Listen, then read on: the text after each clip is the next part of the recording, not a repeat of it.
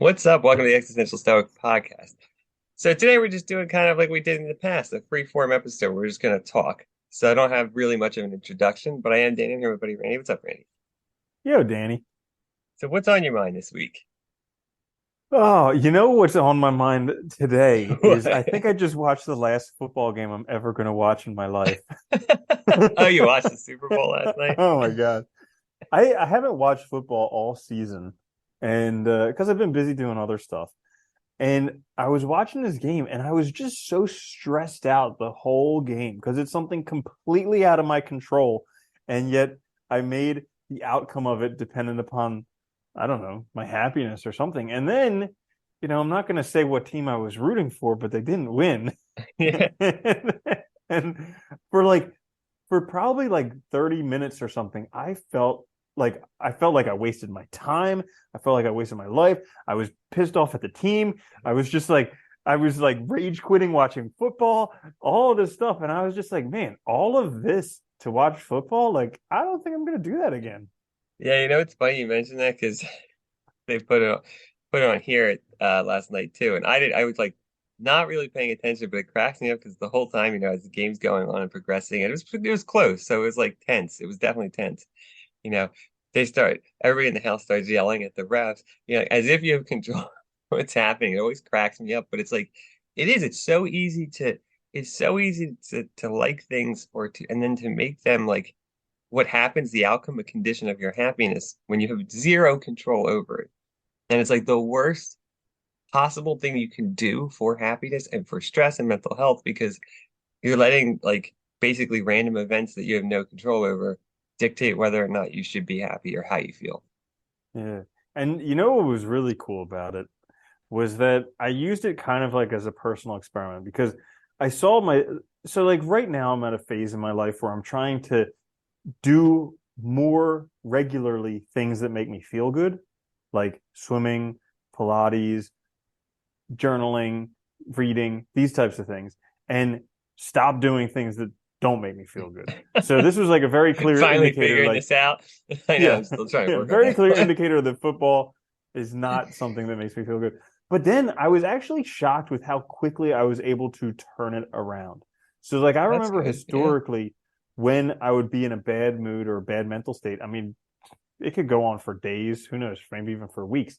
But this, I was just like, okay, as soon as it was over, I just went and I sat outside, got some like nature therapy, and then That's after good. that, I did some Wim Hof breathing, and then I did some cold water therapy. And man, I was like, it took maybe like a half an hour, and I was like, I'm done. Like that's it. It's That's over. not bad. Great. Yeah. You know, that's always a tough one too, is figuring out that stuff in our lives that like we really don't need to be doing anymore, but we still do for whatever reason. Because sometimes it's hard. I know plenty of people who clearly get watching games and stuff stresses them out, but it's like tradition within like their family or something. And like so there's also this like weird obligation connected to it that's very hard to break, in the sense of like I don't know whatever it is. But like, it's funny because it's really hard to identify those as things maybe we shouldn't do anymore. And like really is the joy we get out of it equal to or greater than, the suffering and the torment and the stress that we get out of it? And like that's a difficult thing to kind of balance. Hmm. Yeah, because there's no clear answer, and it's going to be different for everybody. But I know for me, it's not. I don't gain as much from actually doing it than from not doing it. No, and some of us too. I mean, certain things are going to be challenging and difficult all the time, but we still value them. So it's hard, really hard. Yeah. But I think it is a good thing to try and figure out because it does help us live better. It is Yeah. funny though. It cracks me up so often how invested we get in things that really we have nothing to do with and no control over. But it's Hmm. so easy to do. It's so easy to become part of that crowd. It's so easy to feel like because there is that sense of community and stuff in that weird way. And even when you're home watching it, like you feel like part of this community of people. It's weird. Hmm. How about you? What's been going on for you? Uh, lots of things. I think this week's been rough because I'm pretty sure I've identified the problem as the weather has been fluctuating like crazy and I've been feeling terrible. Both physically like headaches and stuff, but also like depressed, which always happens to me whenever that happens. Hmm. Whenever I don't feel good, I swing into like wild depression at times. So it's like, it's hard. But Hmm. that's been difficult this week. And then like, that's been making me question everything about life. But on the upside, hasn't been happening as much. So it hasn't been occupying as much of my day. Even when I didn't feel good, it didn't happen as quickly or occupy as much. I identified it and I feel like I did handle it better. And I mean, I'm Hmm. generally a better state than I normally would be. You know what I mean? Under Uh-huh. these circumstances. Yeah, isn't it interesting that those are the times when you go and question everything about life? When you're probably least capable of coming up with good answers. Dude, last night, that's happening last night. I was like sitting in bed, so it's like, I'm like, tired. And like, that's the worst time, but it's every time for some reason. I'm tired. I didn't feel good. I started to get depressed. And I was like, this is the time I should start thinking about my entire future, whether I'm doing everything right, all my choices. This is when I should evaluate it. And like, I Hmm. did that for about 10 minutes. And normally I would do that all night until I fell asleep angry and sad.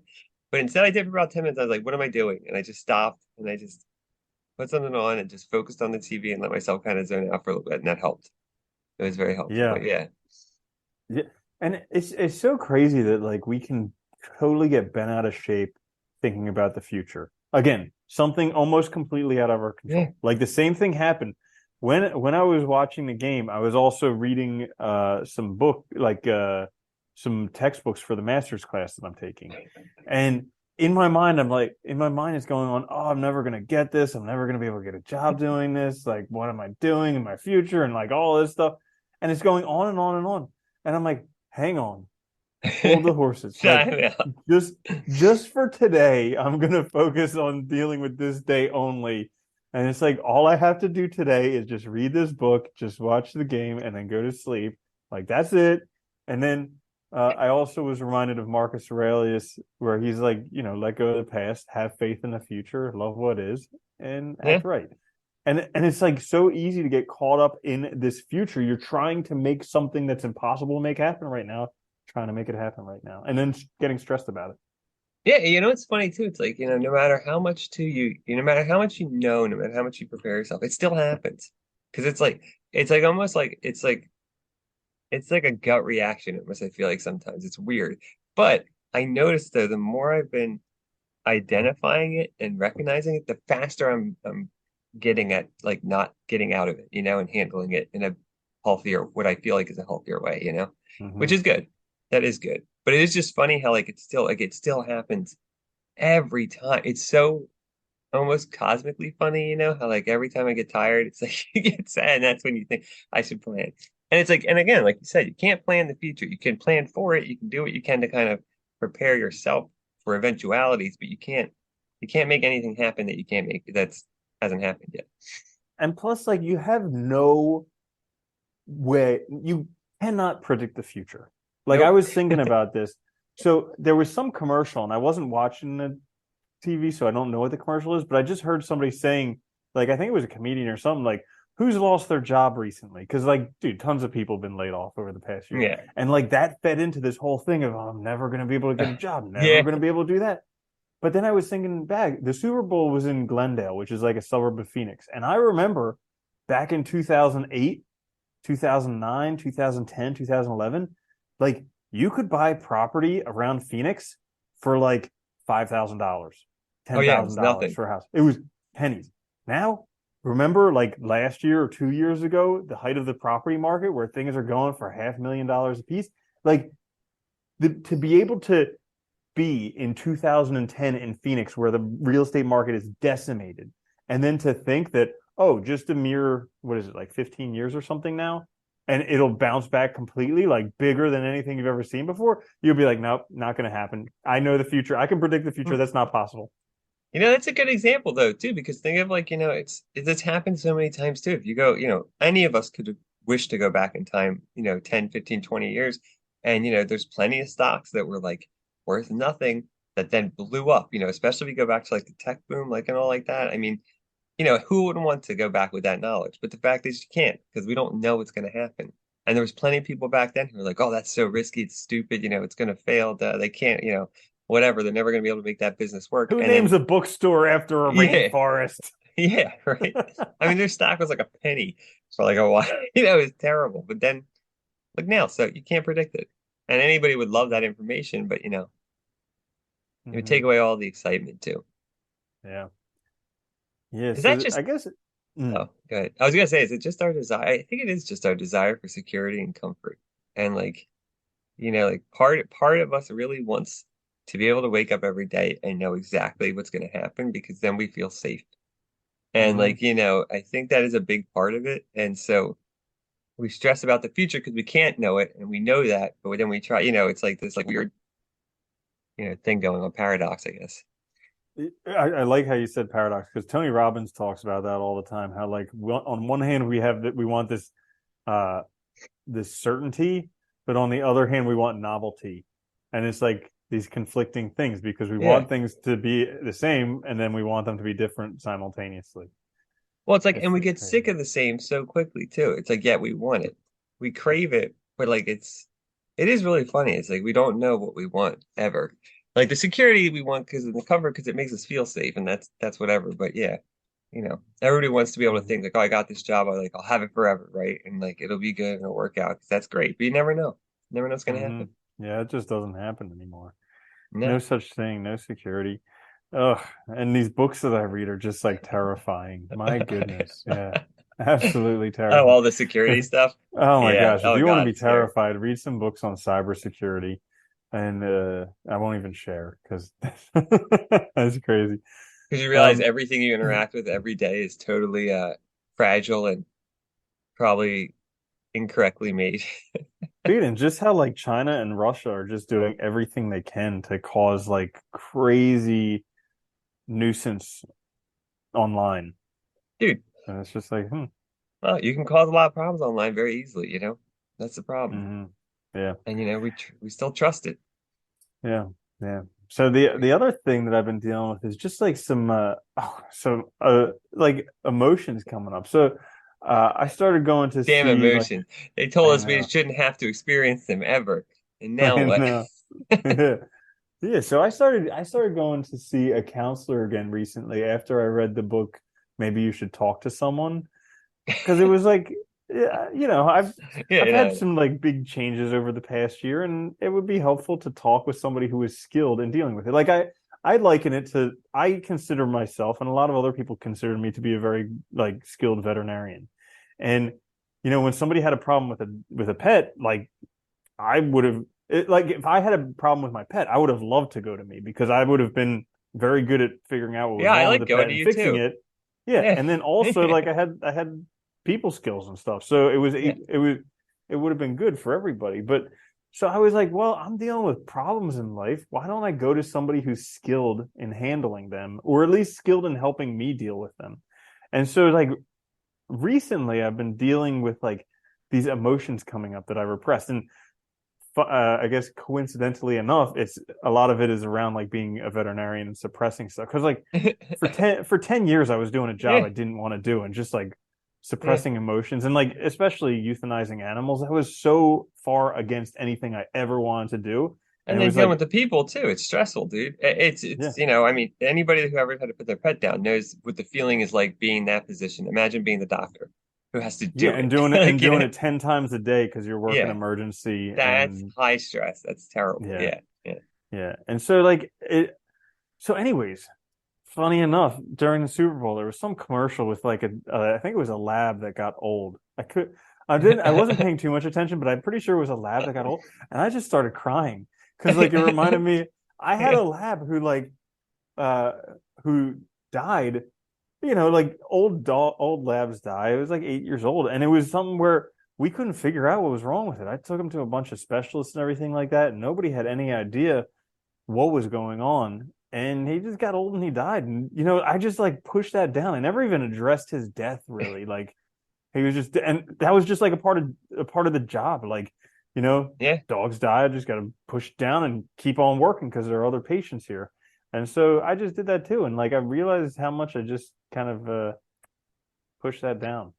No, that's good though, because it's true. Like it is. It's a lot easier to do that as like a knee-jerk reaction and deal with it, especially in the moment. Because like you said, you're at work. You got to deal with things. I'm sure that happens, especially in any kind of like any kind of emergency situation, whether people, animals, whatever. I'm sure that happens a lot because you're dealing with stressed out people, you're dealing with sad people, you're dealing with sick patients. I mean, it's hard.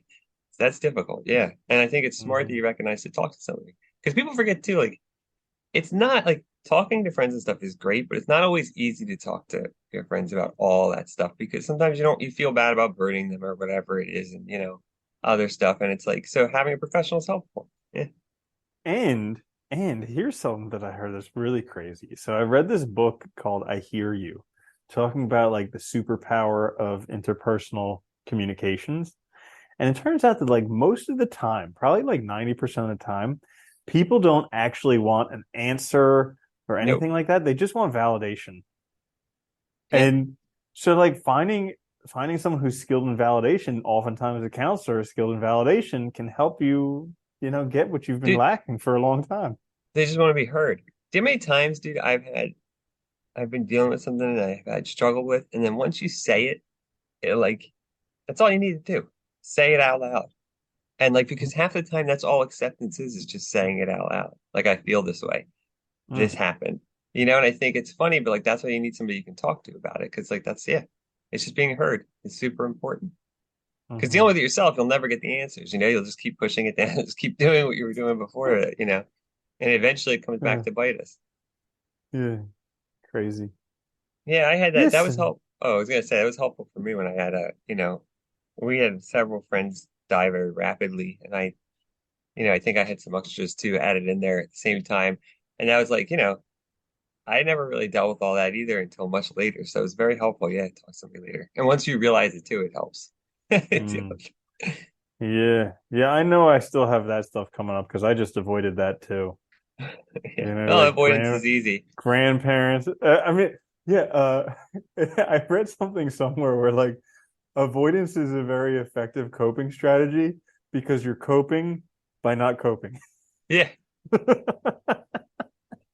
yeah, like, I just whatever. I'll do it. Let it come up later. Eh, eh. Yeah. Wait till 10 years later and I have some problem I can't figure out. And then I realize the cause is, this thing that I've been pushing now for Your fucking ever. shoelace breaks and you punch someone in the mouth. Yeah. You're like, son Yeah. of a gun. Yeah. Yeah. Oh God, that's so funny too. When something like small happens and you like break down and then you realize like this is not the problem. Yeah. Right? Oh my goodness. It's funny. Yeah. It's good to laugh again.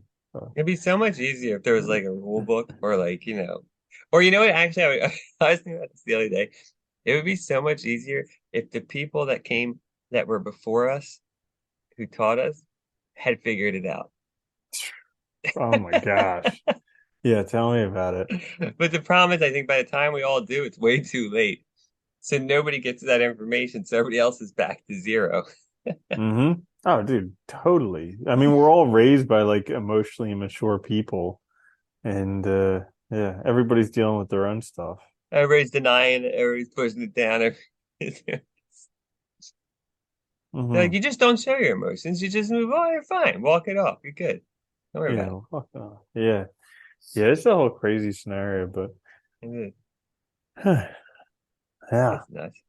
Well, it's good Mm-hmm. though. It's you said you're trying to do. I can't remember if we mentioned this on this or if that was before, but you mentioned earlier that you're trying to do more stuff like take time off and do more stuff like that was fun. Yeah. Oh yeah, okay, great. Thank you, Danny. Yeah, So, no problem. um, Happy to help. yeah, I have this mental model that like I'm not good enough, so I need to do better or be better or something else in order to gain people's approval, you know? Yeah. And so it causes me to just never stop. Like never ever stop. And well, so recognizing that and like I was just listening to this book the other day and it's like, it was talking about how like you don't need to do anything for people to love you unconditionally. Like just for being who you are, people will Well, love that's you. the And I definition of unconditional. right, right. And it's just like the whole concept just like blew my mind. It was just something that never occurred to me. Where like you can just be yourself and people still love you. And I was like, what? Yeah, What you is this totally can. nonsense? Yeah. Yeah. I don't have to be somebody else and put on airs and do all this other Yeah. thing. It is. Putting on uh, airs. that's such a good episode. Yeah. The That's a hard one too, though, man. It is. It's difficult because like I have the same problem where like I feel like if I feel like it's like this fear that if I stop, I won't get the things that I want. And like I also part of me knows like if you want something, you have to put a lot of work in. That's true. You can get anything done if you put a lot of work in. But there's also that problem of like where's the line where you all you're doing is working. And that sucks. Nobody wants to do that. Nobody wants to do that for their lives because your life just goes by so fast. You don't do anything you want to do. You're not doing things that are fun. You're not having any other parts of life that are valuable. Achievement alone is not enough, I think. And that's the problem. We get caught up in this idea that that's all that matters, and it doesn't. And it's very hard to break that, I think. Hmm. Yeah. I So, in part, oh, I in part kind of blame like school and stuff and like that thinking of like be the top, right? All the time, get A's, get hmm A's, get A's, and everything will be fine. Because like hmm that false idea, like if you just do really well here, you'll be fine. well, It's that like, well, system worked for a while until Enron and everything, you know? yeah, yeah, Hmm. pretty much. Now there's no job security. But you know what? The world's been falling apart forever. I mean, let's be honest. It's nothing new. The world's been falling apart forever, and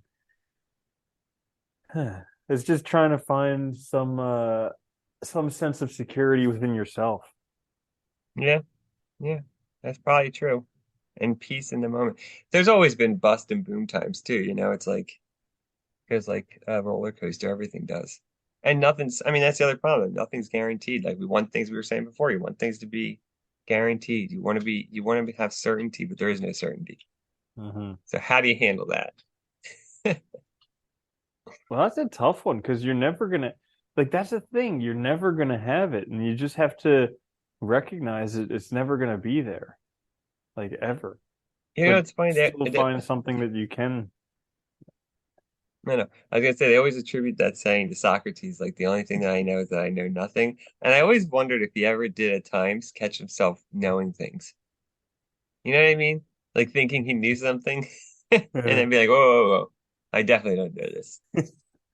Like somebody asked him the time. Oh, it's 7 o'clock. I mean, I don't know. I have no idea. Uh, but I always like that too, though, because it is true. It's like, you can't know anything for certain. There's no, we can look for that stuff, but it's just, are we going to find it? Probably not. Hmm. Yeah, I was thinking about that. I think today or yesterday, something like that. How like this past year was kind of rough for me because I lost a lot of stuff that was like important to my ego, I think. Oh, that's rough. Yeah.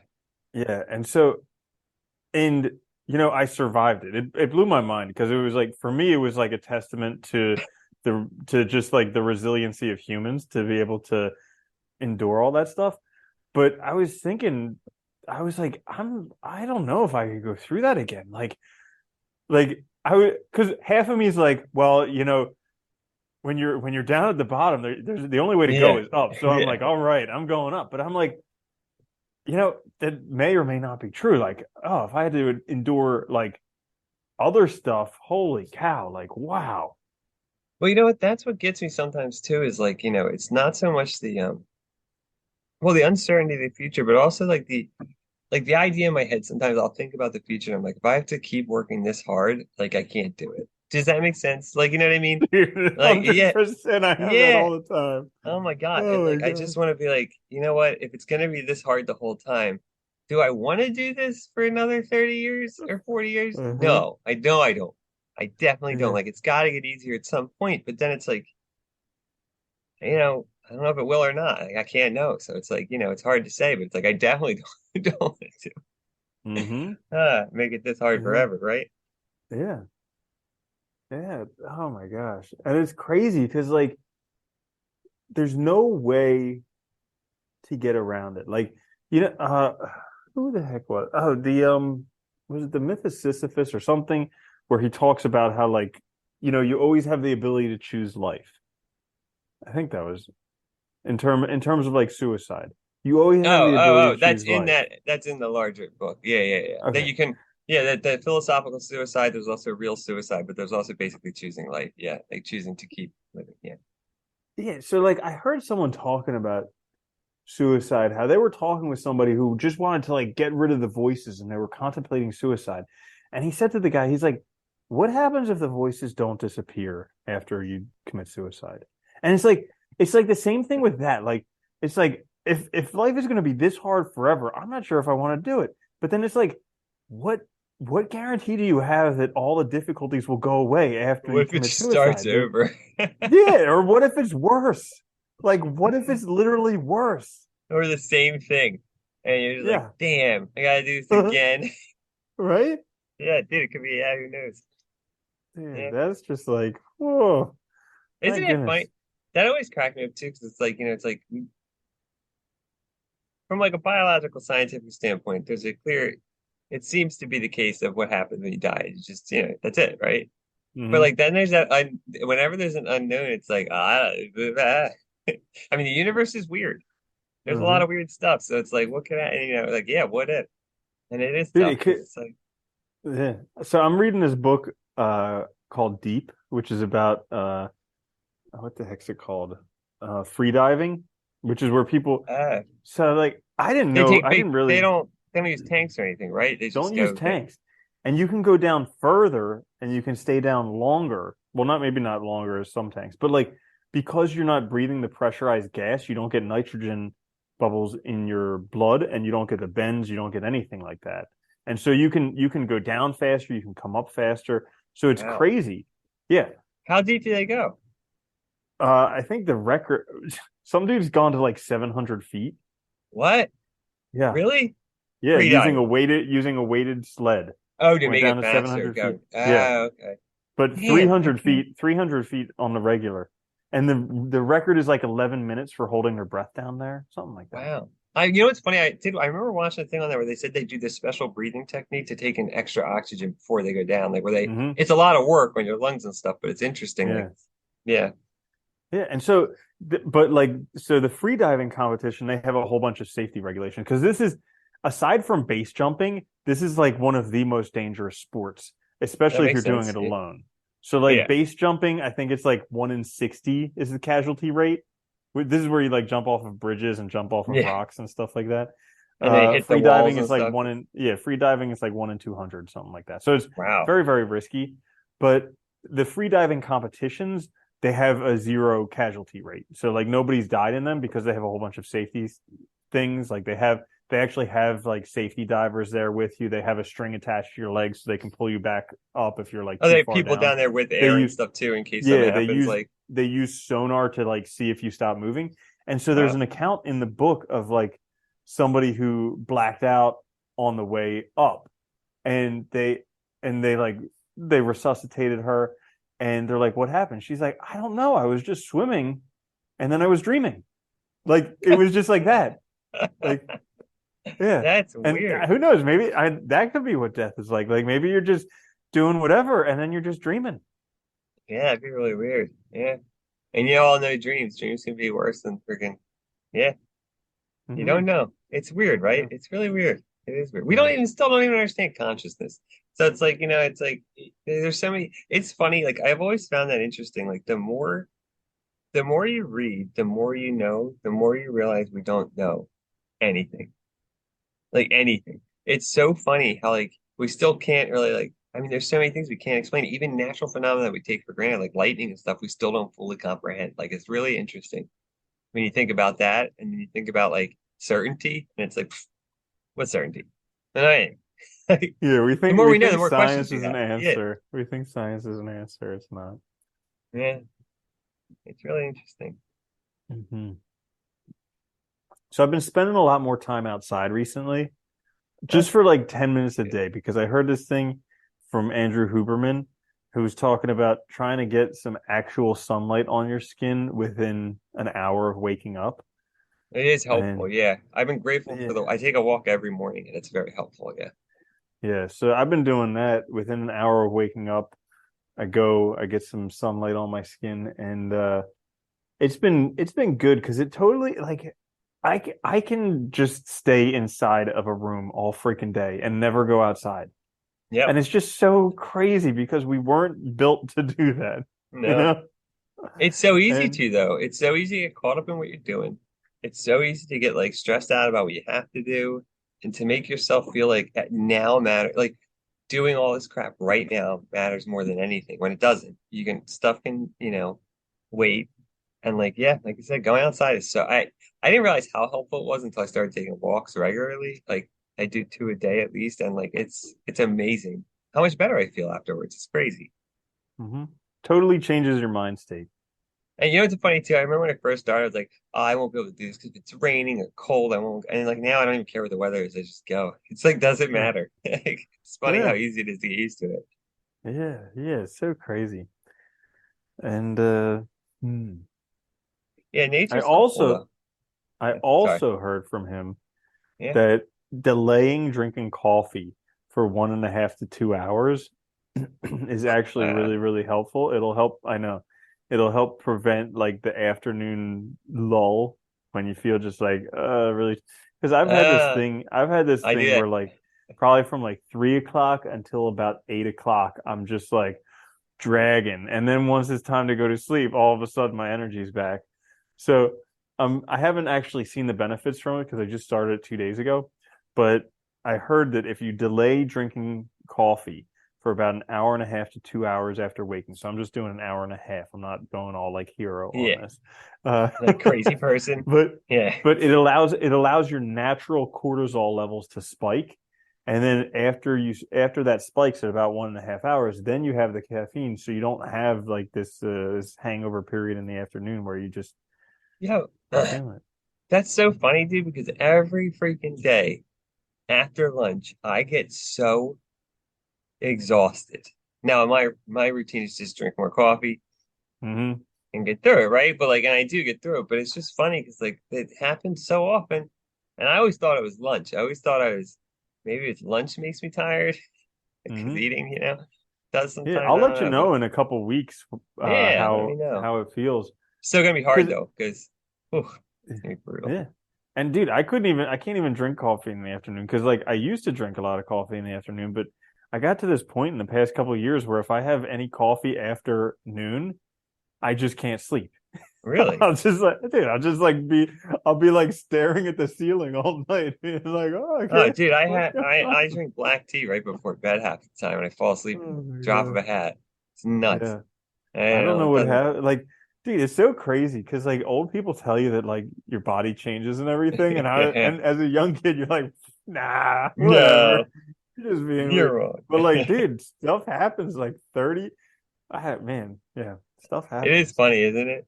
Dude, the Hmm. one thing I remember realizing, so, oh God, one of those things was like drinking, dude. Like, oh my God, like the hangover afterwards, I was like, I never get hangovers when I was younger. And then, like, as soon as I hit like, I don't know, like 28, I was like, oh, this is terrible. I hate Hmm. doing this now. Yeah. Yeah, Yeah, because it's just brutal afterwards. definitely not as fun as a young kid.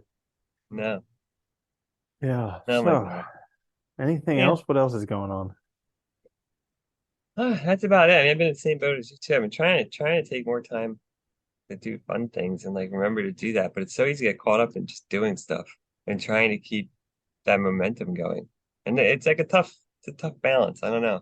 And I think the weather, I know I'll be more apt to do fun things when the weather's nicer too. Because the weather here right now is not great. So it's like, that doesn't help, but it's Hmm. hard. It's a hard balance to find. Yes, it most certainly is. And like I find so I remember Tim yeah, Wim Hof, the first thing I ever heard from him, he did an interview with Tim Ferriss. And after they did this whole, super long interview that they do, hour and a half or maybe 3 hours, I don't even remember what it was. But like he just asked, he's like, any other words of advice you have for people? And Wim just says, have faith. Like that's it. Yeah. And that's like Marcus Aurelius, have faith in the future you know and it's just like it's the simplest thing, but at the same time it's like the hardest thing because all of these things I'm trying to do right now, all of this effort and stress and all these things I'm trying to make happen, if I just have faith, like it's totally cool right now. Well, that is the hard thing because if you have faith that things will work out, it gives you that ability mentally to deal with the stress that you're going to face. And as soon as as soon as you don't have it, you can start to question it, you start to get worried and all, and it gets hard to do. But at the same time, it's like you don't know. So it is this like I get it. Like having faith is crucial. And like 90% of the time I feel like I'm just like convincing myself of that, but it helps and it works. So It's optimism super important, I think, but it's very hard to stay in that mindset sometimes. Hmm. Yeah. I just try and remind myself that every day, just this one day, and have faith. Mhm. What else can you Like do, right? I mean, like, that's all that I like literally that's all that I need to do, and that's like the hardest thing to do I because I get distracted all the time. I'm like trying to control the future and I'm focusing on things that I have no control over. But I know. that like I mentioned in the beginning, that was a good experiment this morning or today with the Super Bowl because it was just like, listen, this is something that like clearly you Yeah, have zero control over and you're letting it wreck you emotionally for it what? is good. It's a good lesson. Yeah, very good Hmm. lesson. It is hard though. Hmm. Very Yeah. hard. We'll keep failing at it, I'm sure. But hopefully it gets Hmm. easier and easier to correct. Yeah, I think It is. I mean I think getting older is nice because you learn lessons and then hopefully they stick with you. Oh, here's the other thing. So like going back and listening to our episodes is incredible because we have so much wisdom and yet but it's like never there when it's needed. Dude, I think it's like it's like I think intellectually know everything you need to get through it. Practically, poof, gone. Instant I need it, Hmm. it's gone. It's so funny. But yeah, it's like you know what you need to do. I think most people know, generally speaking, what they need to do. It's just doing it is so hard sometimes. And you have to practice it. And you have to force yourself to do it. You have to remind yourself and habituate it. But it does get easier. It does. It definitely gets easier. But it is funny. Hmm. It's like you can have all this knowledge and like it doesn't matter in the moment because all of a sudden your problem feels unique when it's not. And like all this stuff applies, but you're like, that doesn't apply because it's my problem. My problem's different. It's special. Yeah, right. I know our own problems. I'm a Mm. snowflake. So my snowflake problem doesn't fit your model. Yeah. Dude, it's so I mean, it is so crazy that we're all just gonna die and it really doesn't matter at all. I mean, or it's just, not crazy and the thing that's been happening forever. I know. Or totally normal. Yeah. It is crazy though when you think about it. It's crazy that like we stress so much about getting it right and doing it right and what is right and like and at the end of the day none of it matters at all. And it's Hmm. like that's my biggest fear too, because it's like is all that stress that you're putting on yourself causing you to do things in the wrong way when it doesn't matter? And like are you missing out on living the life that's right for you because you're stressed about all these metrics and crap that have, causing you make Yeah. choices that maybe you don't value and aren't your How how do you live the best life? I feel like sometimes I know. Keep trying. Hmm. Yeah, right? Yeah, Difficult. just do the best you can. That's it. Yeah, it's good advice. Live in the Hmm. moment, do the best you can. Bingo. Think we solved Boom. all life's problems. There Solved the we human go. condition. Solve the future. Don't worry about it. Right. I know. Yeah, because it'll never Okay. be here. Nope. Anything else you want to add? No, that's all. I think that's it. All right. Well, thanks for joining us today on the Existential Stoic podcast. Check us out on YouTube or wherever you get your podcasts. Please like, subscribe, share. It helps us out a lot. We'll be back later this week with a quick fix. Until then, though, later. There, Danny.